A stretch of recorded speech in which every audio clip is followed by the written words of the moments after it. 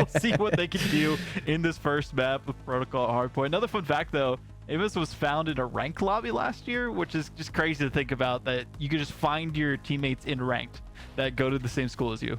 Yeah, that's over for the Bearcats, and I think that's one of the coolest things that we have there in Evasion. You know, prior to that was in the U18 Pro League, U18 League here in Call of Duty. So been shredding, and I think that you look at this freshman to really elevate Cincinnati heading into the 2025 season. So we're looking at Invasion there. So you can see him, Evis on Cincy COD. Big game going on, though, for Indiana if they want to go and win every series. It starts now as we're going to see this Protocol Hardpoint kick off. Yeah, this will be the time to shine for Cincinnati COD if they are wanting to debut Evis on their roster and see how far they can go with them to make their name known throughout the CCL. Or Indiana, of course, need to start off with a win on Hardpoint here. And well, they're doing decent points-wise, and they are able to get the first hardpoint locked down for now. So we'll have to really see what Cincinnati COD can do to bounce back. Yeah, so far, Hoosiers so good inside this P1. Lots of time to grab and those spawns. But what is this, Chris? With a blessed one, nobody's going to have a read on it. Going to shoot Dello in the back, clear out that hill. And it's now Cincinnati COD looking to work their way through the middle of the map, see if they can flip things out. Chris looking to do some damage on rotation. He's going to be inside the lighthouse. You can see spawns pulling for Fatal as well.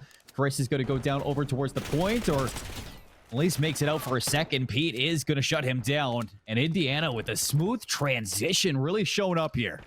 Yeah, I mean, I'm liking the way that Indiana is performing so far against the Cincinnati COD team. Pete and Quixie just really locking things down on the hard point as best as they can. Quickly moving on to that P2, and they haven't really had to struggle too much, but Evis, the name of the game is just being prepared when they are just camping out these hard points. That's exactly what we saw from them as they were able to dive in and take out, do the work that was necessary for them to finally get some points on the board again. Well, here it is, sub starting to heat up for Chris, looking for a route. Good heads-up awareness from Pete to shut that one down, but Cincy COD working off of that P2, now trying to flip spawns for P3. Kenny in the corner. Kenny being enough to hold off this line of fire. No, he's going to get traded too. And Cincy, they get the break, but they don't get the spawns in the back. Indiana going to be able to have another hit at this hill right away. Fatal's going to cut off that zip line up towards top triple, and it's enough for Cincinnati to hold on. That's huge for Fatal as well to get that kill and make it so that they can lock down this P3 as best as possible. We'll have to see what the adjustment's going to be from the Indiana Hoosiers themselves. They're kind of coalescing or right in front of the middle of the map itself. Kenny just really flanking around to see what they could do to take out everyone who's camping in this building, but still 2 down, looking for the third. Can't really take them out because, well, Indiana, they can't really do too much about it because Cincinnati COD were just holding on to the point as best they can, avoiding that above perspective that we saw from that player.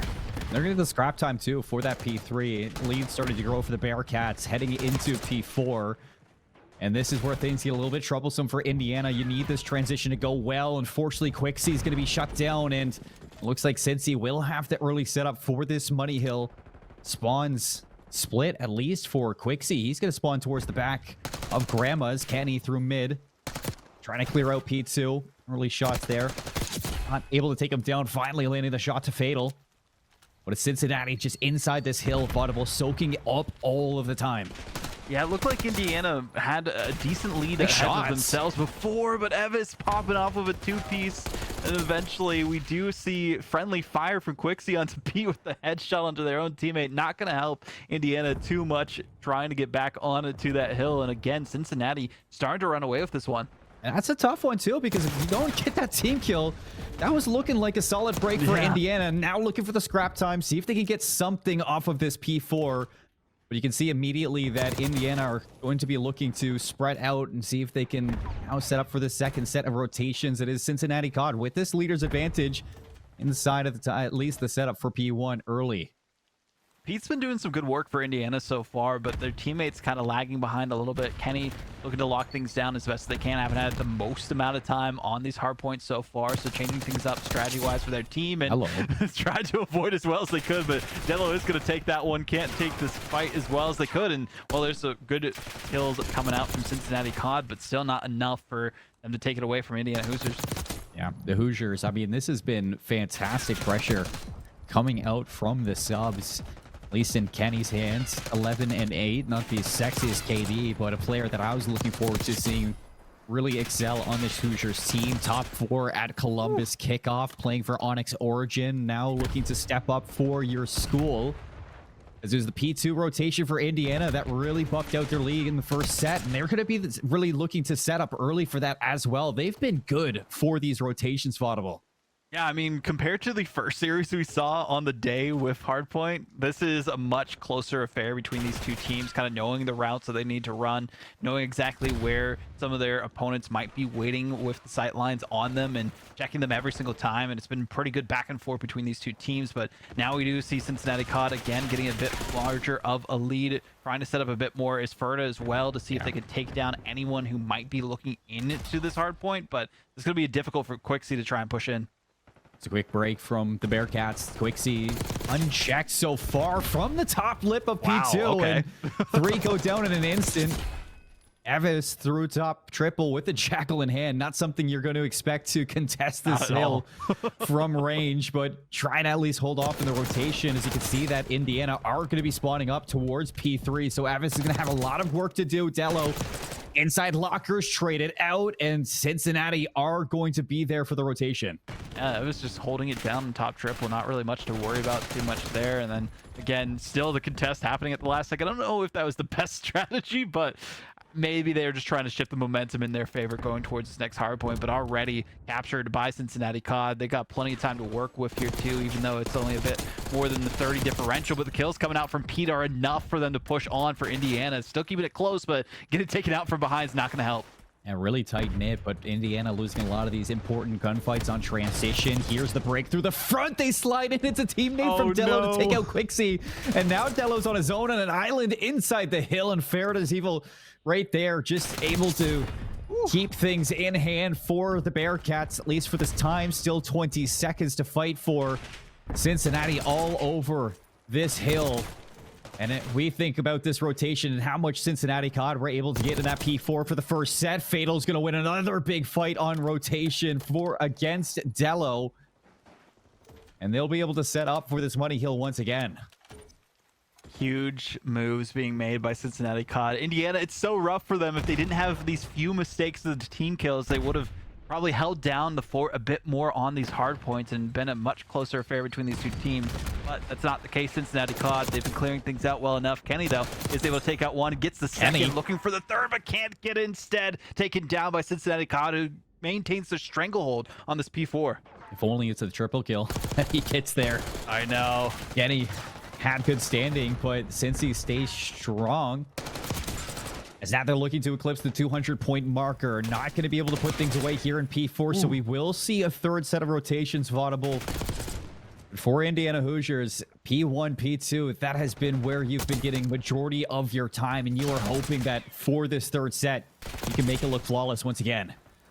I know they're trying desperately to at least get some contest on this hard point, but it would have been much better served for them to focus on the rotation for P1. And we do see some of their players quickly getting onto it. But again, Kenny with one kill. We'll see if Ferda with the rotation here is going to be enough. Evis also getting a kill onto Kenny. So that does relieve some pressure towards that P1. Flanks coming out, trades back and forth, but still in the favor of neither team, really. It goes back and forth every time, and eventually somebody is going to get the lead here. And Cincinnati CoD, they don't need much time to get the victory.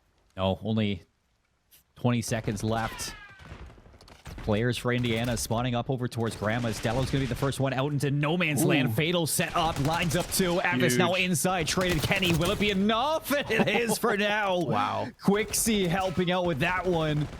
And Indiana, they hold on for now. No, not enough time to win if you're Cincy on this hill.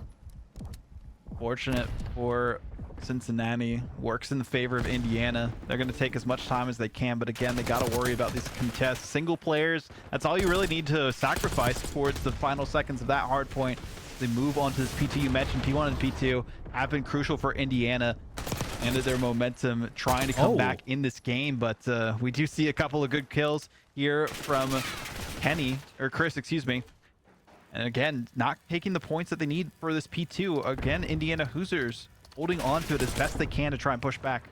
That was a really early Hellstorm coming out from Farida with no success. Indiana inside this hill. Oh, chance to give this one up. They have to fight to the nail for the time. Kenny up top, able to trade out, looking for 2. Early damage out, and that's going to force Cincinnati off of this hill. 22 seconds, still time to win this one, but Kenny's going big, and it looks like it's enough to keep this one to another hill. Tried to hide in the bodies long enough for them to miss their shots. It worked out for the first, but not for the second. He was eyeing them up, and well, again, we do see Chris pushing onto it. He trying to get the 2-piece, does succeed with it. Final 4 seconds on that hard point. Spawns now out into P3. This could be huge. Indiana gonna be in the back of this one. They're gonna be able to hit this. 9 seconds for Cincinnati, and it's a good read from Fatal. Pete's gonna trade it, but now it's Chris up top. Everybody's setting up for the Bearcats, but they need to hit this one together. Chris, can he be the hero? Slides down, finds one. Second one for the double kill. Can you get all 3? Pete's low, but not just yet. Still in it are the Hoosiers.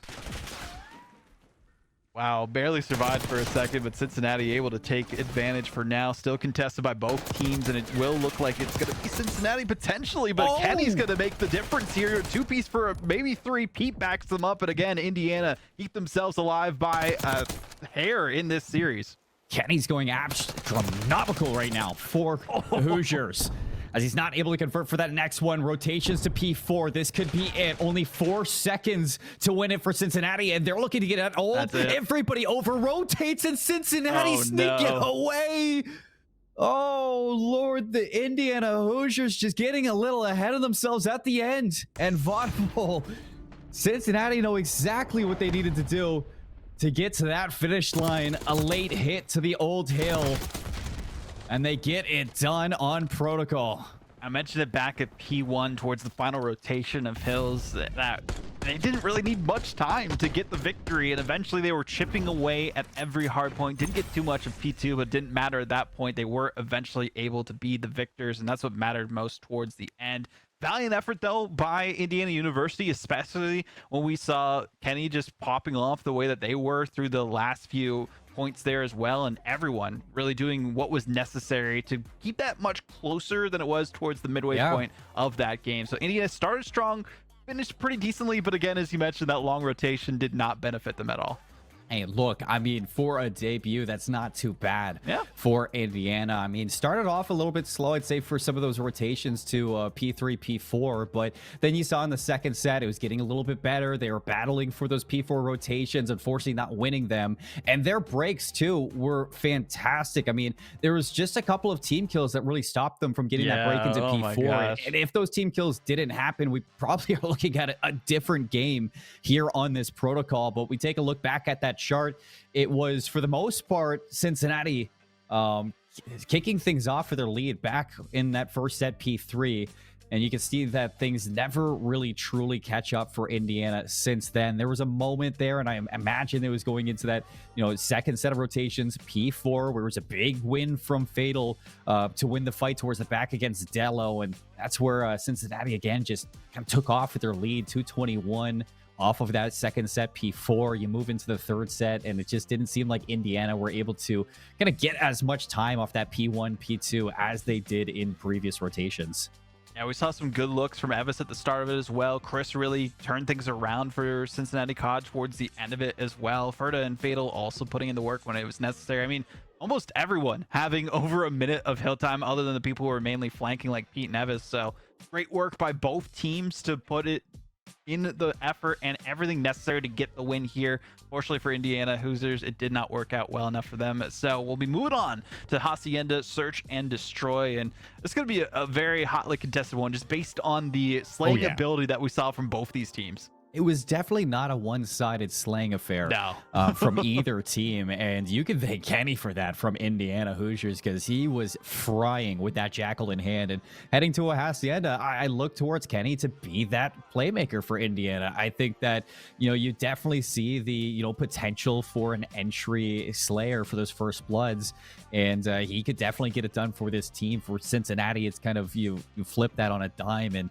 you're looking towards, Ferda to maybe match up against Yeah, I was it. thinking that. Ferda was fantastic for shutting them down. And, on top of that, Chris, too, had an amazing start for Cincinnati with the sub in hand. He is the main sub for Cincinnati anyways. So you look towards, Chris and Ferda to make that happen for those shutdown potentials. See if you can stop that aggression that Kenny was trying to play with this Indiana team. But you kind of mentioned it. If there's really something to back up Kenny here, was just a fantastic airline behind, Pete and Quixie, who are really strong at winning a lot of those battles towards those hard points.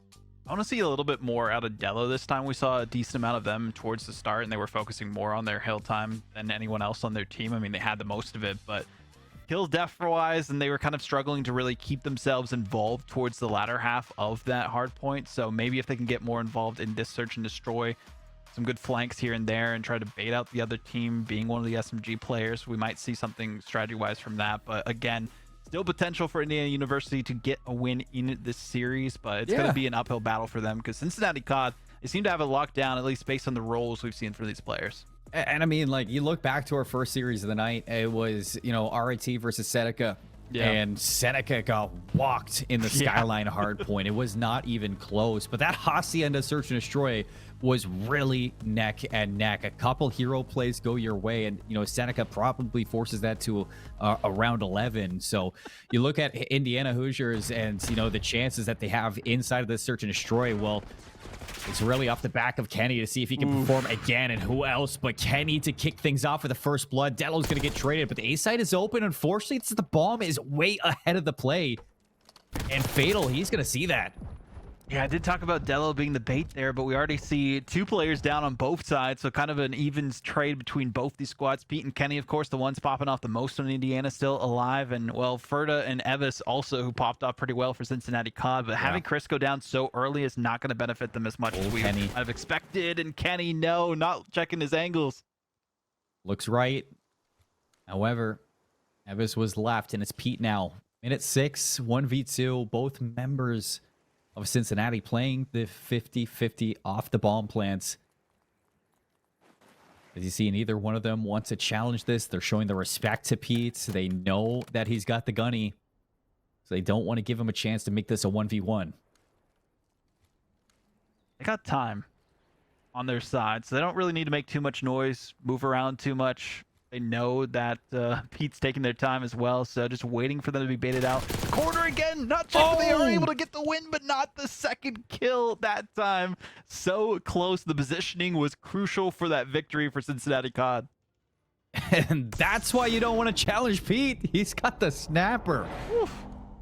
And I'm not meaning the shark skin that Ferda's wearing, but Ferda right around the corner, and you can see that shoulder-to-shoulder gameplay from Cincinnati in the 1 versus 2 going to pay off for the trades and give them that first round, but not without some potential there from the side of Indiana. I mean, Kenny had the route. He hit the flank. He took his time. If he looks left there, he had time for the kill. You didn't see him get shot until a couple seconds after he turned to his right. So if he turned left there, that's just a 50-50 that is straight up CoD timing. Unfortunate to say the least for Kenny. We'll see if they can redeem themselves this time. Same for Chris, who went down earliest for Cincinnati CoD, but they still got the win at the end of the day. Pete, looking for them to probably pop off again. Got the 2 kills, almost enough for them to get the victory at the end. Bomb already planted, though. First one of this S&D matchup. That's pressure gone. Well, there's Chris with 2 kills already. Through open. Everything from the retake now from the front of the hill. Kenny's going to slide out, and Fatal set up, puts it down. Easy on the hold. So the post plant pays off, and really it comes down to Chris with 2 massive gunfights through open. With that double kill, it forces the retake through the front of the hill, and when you have an AR on one side of Rock and another just on that heady giving the information, those early tags feed into Fatal for that double kill. It is flawless.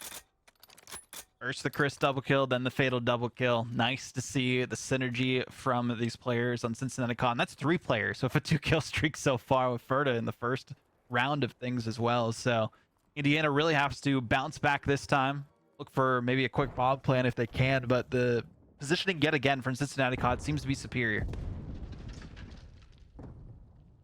Oh, okay. First Let's blood go, from Kenny again off the attack. This time you don't lose Dello early, so you're going to hold that advantage. Look to see if he can get this bomb planted at A early, but take a look at that map. Evis is on the flank. He's gone through, and nobody's going to be watching this one, so there's a chance he's going to get spotted, though.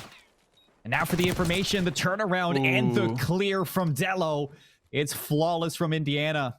It's going to leave Ferda in a 1v4. 30 seconds to make this one happen. It's going to be tough for them to do anything about it. Going outside the bounds to see if they can catch them off guard. Gets a couple shots in here and there, but it's flanked from all sides. Gets a couple more shots and still can't finish things off at the end of the day. Great high ground positioning there from Indiana to get their first round, and didn't seem like there was too many options that we could have seen there for the last player alive on Cincinnati. And now we got a game. Audible, I mean... True. Kenny has been lights out in terms of this entry sub role on the hard point. He was really breaking those hills again and again. And now that's twice on the attack that he kicks off of first blood for Indiana. So see if Indiana can put their foot down, even things up 2-2 with a defensive round. But where does Cincy decide to battle? Last time was full steam to B. This time a little bit more of an edge towards this A side, but Kenny, first blood traded out. Quixie with the wall bang. That's Ferda down and bomb. So scattered our Cincinnati, and every single kill just going to Indiana.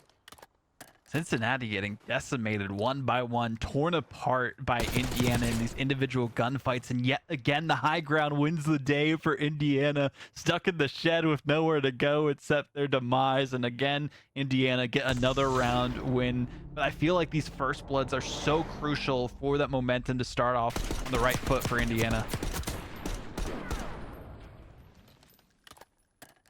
That was a huge kill from Quixie with the wall bang onto Fatal. Putting the bomb down early, too.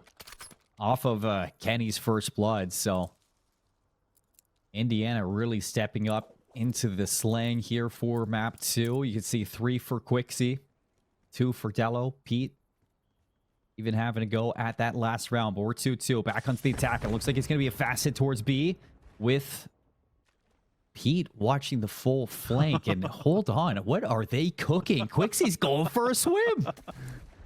I was going to mention, Quixie's been getting the final kill twice in a row, so they've been doing pretty good for themselves. The longest flank we could expect from them, not wanting to get sniffed out by anyone to see if they can get an angle onto the bomb plant. I do like this positioning. As you have been mentioning, they might be able to pick out 2 players, but they are able to pass by unaware. He has full control of top office, so initially Dello's going to get that information. You have to be worried about the player through open, and that's Evis gets the bomb down, but Quixie still being a little bit of a nuisance over towards that boathouse. It's going to leave Indiana on a 2-on-3 for this site. So you can see Quixie holding some urgency to try to return to this play. It is going to be Evis and Fatal looking to clutch up now from open. The slide out. Evis finds one. 57 health. Bomb still not down. So Evis has some time to make this one play. And it looks like he's going to raid this one too. Slow peeks the door. Everybody's gone. Nobody's home. And does Evis get the information? Did he hear them? I think he heard them. You could hear the footsteps behind him as well. So he's flanking around, taking the high ground again towards the shed. Can't hit the first, can't get the second either. No, Evis, you need to hit your shots. It would have been possibly a clutch there if they connected with at least something, but no, they're grasping at straws and they're falling through their fingertips. That is another dose of CoD timing. This time, Evis. There was a moment I thought he was going to catch that rotation head on. And Evis, he could win that. I would not just hand that over to Indiana for sure. But that's 3 rounds in the bounce for the Hoosiers. And now they take their lead on Hacienda Search and Destroy. And you look at Quixie and that water route, it was creative. Opens up offense, gives way to that P site. And he's on 5 in a row. 3 final kills in a row as well, so definitely cleaning things up at the end. And as you mentioned, the ice is what's necessary. Kenny again getting that first kill on the Chris. Chris has not been able to do anything, and I've talked about how effective they need to be for their team. Oh, Ferda through mid. But he's going to line up here. The shots, though, a little bit windy. Took him a little bit too long to get the kill. And the teammate there to trade it out. Indiana coming out with some pretty quick pace of play. And it looks like the Bearcats just cannot keep up. Giving up that B site early. Saw Fatal trying to slide out from open. Gets caught in the doorway. And there's 2 members of the Hoosiers there to put him to rest. So some key gunfights going the way to Indiana. 4 rounds in a row. 2-round lead. And where is the answer here from Cincy? They're losing the first bloods. They're losing the sights. And they have no confidence, I'd say, to just send it and see if they can catch a timing towards the bomb site. So slow off the draw, I will say, which is uncharacteristic after watching that protocol hardpoint. I mean, Chris being the main sub for Cincinnati CoD, losing so much versatility that they have on this map, especially in these quick and dirty engagements like that, make it so much more difficult for them to figure out what their footing is going to be afterwards. And, well, finally they got revenge onto Kenny with a headshot, and nice to see that bounce back from Chris after dying, I think, like the last 3 or 4 rounds in a row. So the bomb plant does come out this time. Indiana, plenty to work with. This even fight, 3 versus 3, and Dello, what a huge nice shot shots there. Stays alive at 13 HP. 2 versus 3 for the retake. Numbers for Indiana look to go to map point, and Quixie's going to get the information that Ferda's all the way into Boathouse, and there's not a lot of time to unravel this now. You gotta make a play.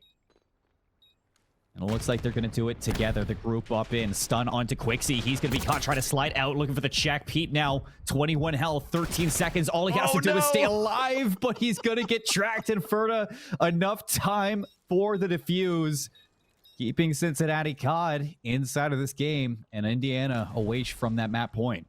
I talked about it before, how essential Chris was, I feel like, to motivating the team when they were actually able to stay alive in these rounds. But Ferda stepping up to the plate this time, waiting for their time to strike. CoD timing again, and we keep saying it because Pete was not prepared for that moment. Oh, and you know, for Quixie too, playing both members from the attacker side of Rock, you don't have eyes on that bomb. He had to slide that to check if somebody was defusing, and unfortunate catch of the stun. It gives Cincinnati that chance for the 1 versus 2. So Cincy, stay alive for now and keep this one in striking distance of a 4-4 tie. Looks like it's going to go all in towards B with the trophies down. They're going to block those stuns, see if they can catch anybody on the other side, but instead they just force Indiana away. And it looks like the Hoosiers just want to let this flank unravel. Pete is taking his time. This might be a good flank enough for them, but they get sniffed out a bit too loud. You could hear the weapon change for a second there. Oh, instinct coming out and not in their favor. Chris with the headshot onto Dello. Might see Kenny get something here if they can get maybe trade for their team to get into a better position, but not much time remaining on the clock for them. 1v3 situation here, and there they go down. Both players not able to stay alive. Cincinnati CoD ties it up. Looks like they wanted to slide together for the 2v4, but that is a death trap of a site. It really is. So Ferda. heads up plays from Ferda to get that final kill, and not only that, the shutdown onto Pete's flank. So really big plays coming out from the individuals of Cincinnati now to tie us up on Hacienda. And we can see if they have enough to put 3 in a row to take back their lead. So we go back to the defending side for Cincinnati. And Indiana has been really keen on these creative plays over towards B, but back to the basics of A, and this is what won them those first couple of rounds. Missing that first blood really changed the momentum in the favor for Cincinnati CoD, and actually being able to stay alive long enough so they could rally behind their entire team definitely helps for this team. Now we got to see what the answer is going to be back from Indiana Hoosiers, and you mentioned it. Stun check does pay off for now, but nobody's really going to challenge it afterwards. They know that there's somebody in that area, but Evis first blood opens things up, and that's huge for Cincinnati to keep this momentum going. Bomb is still not down. Kenny's going to get caught on a route. Evis now looking to pick things up. Can he find all 4? Evis just taking things into his own hands and turning the dial up to 100 in round number 9. Wow, what a play from Evis. 10 and 6 after this. Played these games before, it seems, with the way that they are able to move and predict the positioning of the other players, and that's a huge win from Cincinnati momentum wise, and for them to potentially go for that sweep in at the series. It felt like Indiana had this in the bag for a little bit there, but Cincinnati CoD was able to wake up out of their slumber, and well, now they are in the driver's seat yet again, looking to go down the main street into the victory lane. RCXD from Ferda. Let's see it. I mean, there have been some goofy RCs So many in the CDL lately.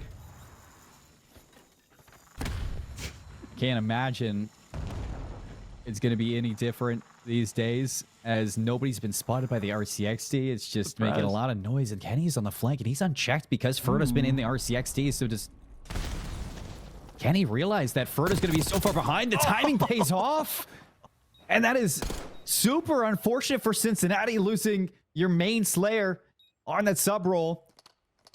Now for the full retake through mid.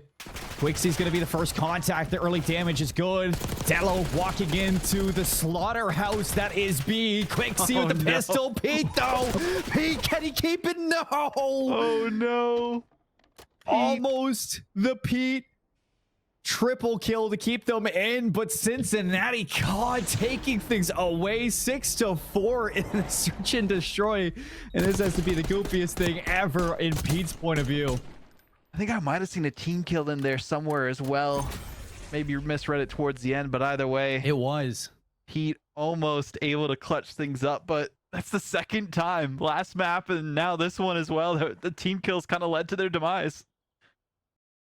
That is super unfortunate, I'd say, if you're a fan of Indiana Hoosiers after that one. I mean, it was just picture perfect through 4 rounds in a row after losing the first 2, and then they just couldn't get anything going in that first blood category. Kenny, his routes were being caught. You saw that Cincinnati were slowing things down, setting players up to pay attention for that. And in that last round in particular, the fact that Ferda with the RCXD was just sitting in spawn with that streak, so and then unfortunate. as soon as you get out of it, you catch the perfect timing onto Kenny trying to flank through Lambo. It's just everything for Indiana just starting to go wrong towards the end of that game, and it is a little bit heartbreaking for the Hoosiers because you really thought they cracked the code in that map number 2.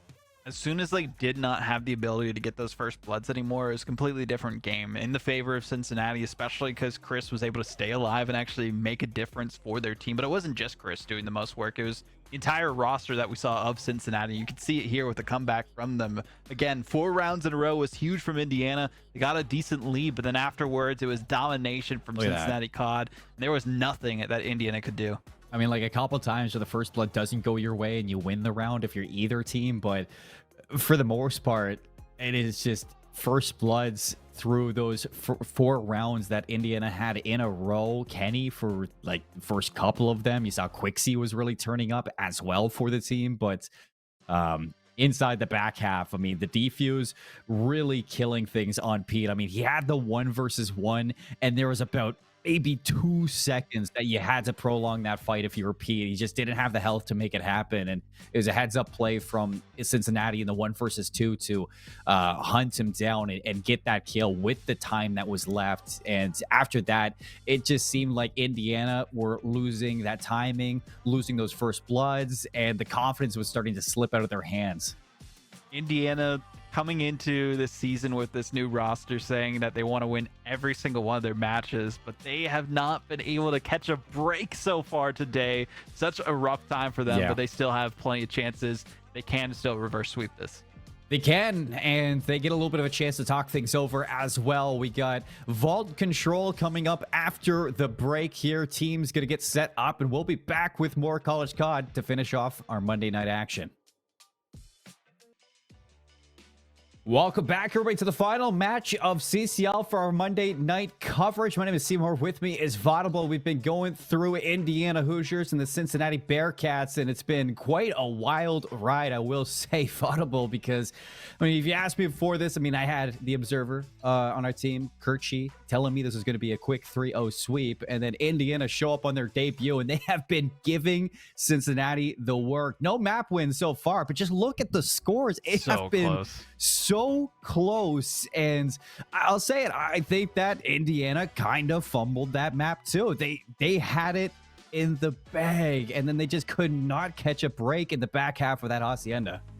Yeah, I'm very curious on how this one's going to go because looking at the band specifically, you could tell that Cincinnati not the biggest fan of Vault. So maybe Vault is more of a favored pick here for Indiana, and hopefully does work out in their favor for that. And well, they got a back-to-back if they can to get the victory here in Control. Both of these teams looked really good when it came to that slaying earlier on in Hardpoint. Pretty decent when it came to the way that they could do it also in S&D. But right now, it is all Indiana all the way with the kills. Well, if there's one thing that is true for Vault, yes, you can spawn trap the defense, but you can also spawn trap the offense. You got to be careful off this break if you're Cincinnati. You can see the overextension from Chris. Take being worked on. Do they get there in time? Looks like they do. They stop that third segment with a hairline fracture ends. And Indiana, I mean, they almost had the perfect break off to A. Yeah, I feel like they just kind of sat there and died. They just didn't make any movement, and there was no resistance from them while that final deck was coming. Maybe they just expected them to give it to them at the last second, but unfortunately for them, did not work out in their favor that time. Huge stop there by Cincinnati CoD to at least keep them a bit more competitive in the start of this control point. But again, that was a great start from Indiana. We need to see more where that came from for the rest of it, though. Somebody's got to watch the flank. Big trait there from Dello. Kenny trying to put it away, but no. Fatal still fighting. Wow. Is the trade fest in A, keeping the segment closed. And it is going to be neutralized as well. Third tick, and it's just the ever so elusive A zone. And Indiana just can't catch a break after their initial push through. I mean, 3-3 for the most part for majority of their team. Pete, though, with a two-piece themselves, it does look pretty solid to get on to Kenny now. Point. You mentioned it, Kenny. Need to keep an eye out for them to see what they can do with this Jackal. They do get two, but they can't get onto the point, and their teammates are able to capture that first one, give them a little bit more time so they can rotate on towards B. It'd be Chris going down on that flank, and there is some progress here to worry about. As a clean 4 down for Indiana would mean a stack on B and a potential spawn trap for Cincinnati. As I'm sure the Bearcats really cautious on not letting anybody sneak through that bottom side of the minimap through pool, and you can see that Evis is actually going to catch Pete, shoot him in the back there, keep that lane clear. Indiana got a little bit of TDM to do before they can think about hopping on towards B. Kenny's going to get a try for it, but immediately he's shot by Fatal.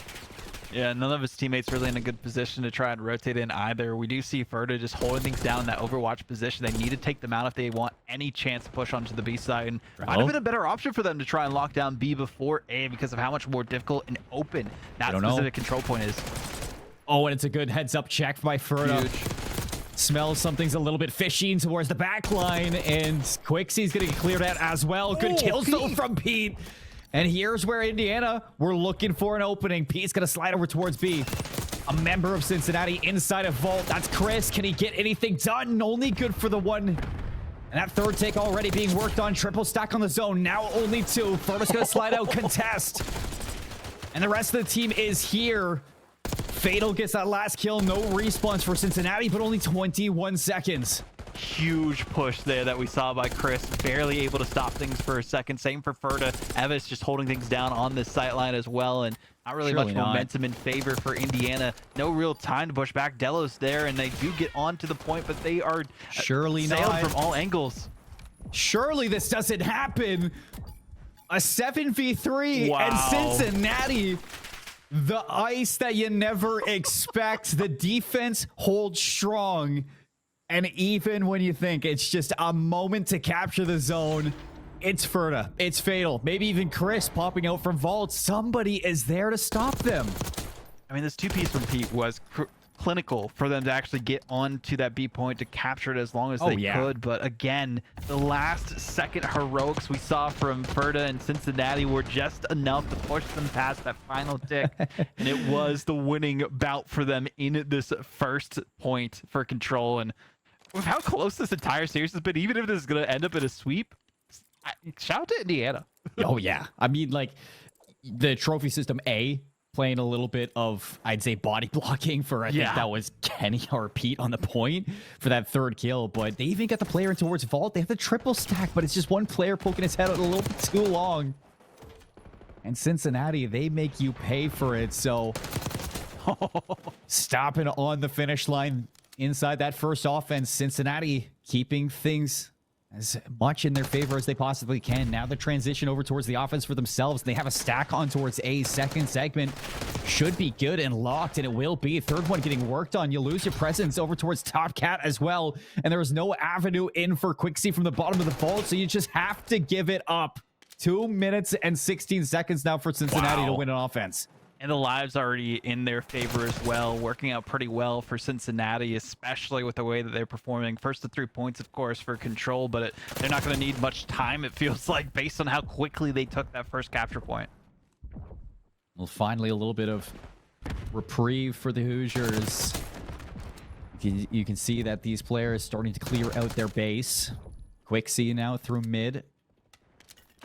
Trying to see if you can deal any more damage with the rotation over towards B. The damage is good, but the respect is shown as well. He just backs off, and still Cincinnati are looking for that perfect time to jump over towards B. Dello is going to get traded. Pete as well, as the back and forth is going to continue. You spot if you're Quixie there. Remember going in towards bottom Art, and now feeding that information to the rest of your team to see if you can take down Evis. Stuns out. Evis double chelled and cleared. So fundamentals now showing for Indiana. A lot closer in lives than we saw before, but again, still a little bit of a lead in the favor of Cincinnati CoD. Always been about 3 or 4 lives from what we've seen. So time ticking down. Might finally see a push on towards this B control point. Need to capture as much as they can. And again, Fatal, just with the positioning that we've seen for them so far in the other game modes, I mean, they know exactly where they need to be to wait people out. This is the issue. Ferda towards the bottom of P4. Trying to play a little bit of spoiler for the players rotating off spawn from Indiana, although the fights inside the hill are good. Chris looking for a route in behind, has top bar control. Nobody's going to be ready for this. Player's just laying prone. 3 down for Indiana. The stack is in. Can he win things on the zone? He cannot.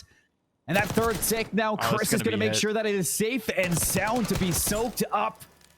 Cincinnati from the finish line of losing that first round. Now back to try to 3-0 sweep the debut for the Hoosiers.